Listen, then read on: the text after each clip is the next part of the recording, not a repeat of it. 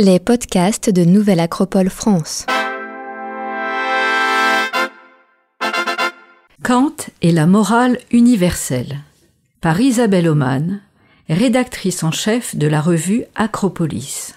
Article de la revue Acropolis numéro 360 d'avril 2024, lu par son auteur. Agis de telle sorte que tu traites l'humanité, aussi bien dans ta personne que dans la personne de tout autre, toujours comme une fin, et jamais simplement comme un moyen. Emmanuel Kant.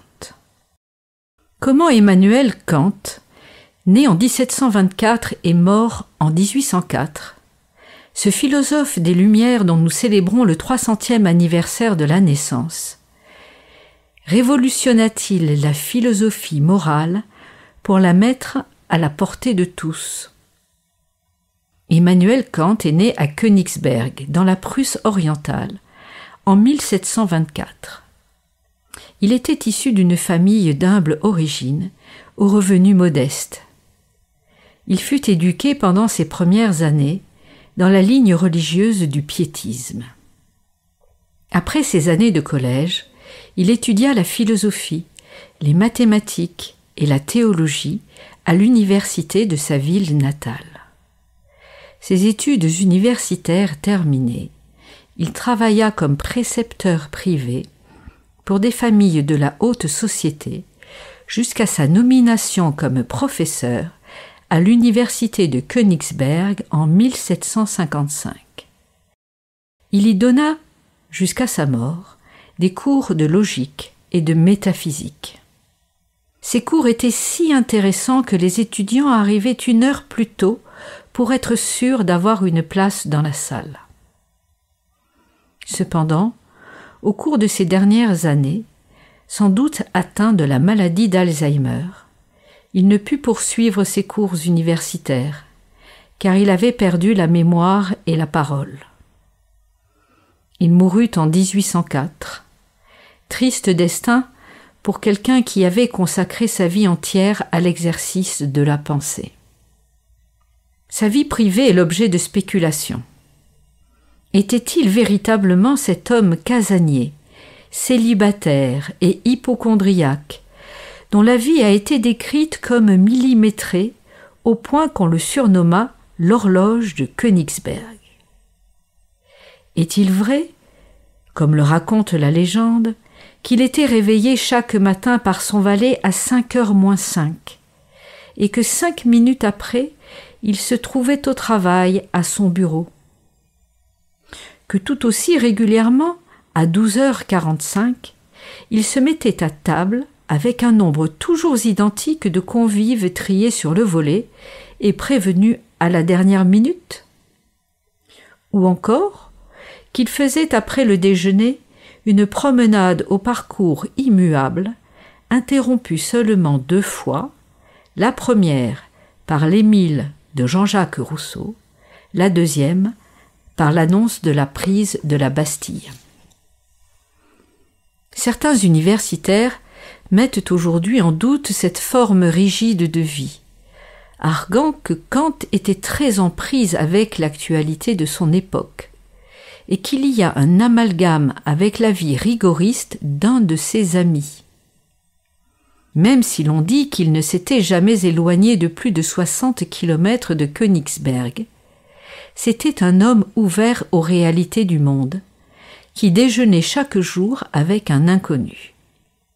Quoi qu'il en soit, Kant reste un monument de la pensée.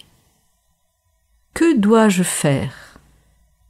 C'est dans son ouvrage « Fondement de la métaphysique des mœurs », écrit en 1785, que Kant va poser la question du devoir et de la liberté de l'homme. Il répond par ce précepte paradoxal. Être libre, c'est obéir à la loi morale. Que veut-il dire par là? Kant pose le principe d'une loi morale universelle, que chaque homme peut percevoir à l'intérieur de lui-même. Cette loi, qui ne procède d'aucune loi ou contrainte extérieure, s'exprime en lui comme la voix de la conscience, comme une voix d'airain. Selon lui, ce sens moral est le même pour tous et accessible à tous, quel que soit son niveau d'éducation. Il ne dépend pas d'un savoir. Tout le monde sait, sans qu'on ait besoin de le lui dire, ce qu'il a à faire pour être bon et vertueux. Cette loi morale a le caractère d'un impératif catégorique, c'est-à-dire qu'elle ne dépend d'aucun intérêt personnel. On n'est pas bon pour obtenir quelque chose, mais parce qu'il est moral d'être bon en soi. Comment reconnaître en nous cette loi morale universelle ? Kant propose une méthode pour discerner quand nos principes d'action sont moraux ou non. Il s'agit tout simplement de vérifier l'universalité de cette loi en se posant la question de savoir si nous voudrions qu'elle soit appliquée à tous les hommes. C'est le sens de son fameux précepte. Agis de telle sorte que la maxime de ton action puisse être érigée par ta volonté en une loi universelle. Mais il faut également vérifier que ce principe est non seulement possible, mais souhaitable, c'est-à-dire qu'il sert l'intérêt pratique de l'individu. Par exemple, il est possible de ne pas vouloir développer ses propres facultés. Mais est-ce vraiment universellement souhaitable ? De la même manière, il est possible d'envisager un monde où chacun ment et peut ne pas tenir ses promesses. Mais est-ce possible ? Car si tout le monde ment, la vérité disparaît, outre le fait que ce n'est pas souhaitable. Ainsi, du point de vue de Kant, reconnaître une loi morale, c'est être capable d'en universaliser le principe. Kant nous explique aussi que suivre sa loi morale nous rend plus libres. En quoi obéir à la voix de sa conscience nous rend-il libres ? La question se pose, tant cette injonction peut nous paraître contradictoire. En effet, nous opposons souvent liberté et obéissance. Alors, qu'est-ce que la liberté ? Pour Kant, penser que la liberté c'est faire tout ce qu'on désire, c'est ignorer qu'agir par désir, c'est agir en prisonnier de son ego, de ses caprices, et en fin de compte, comme l'esclave d'autres principes ou des circonstances. Cette liberté-là n'est qu'apparente, c'est en réalité un esclavage. La véritable liberté est celle de suivre la raison, nous dit-il. La raison, en tant qu'elle nous prescrit un chemin moral universel.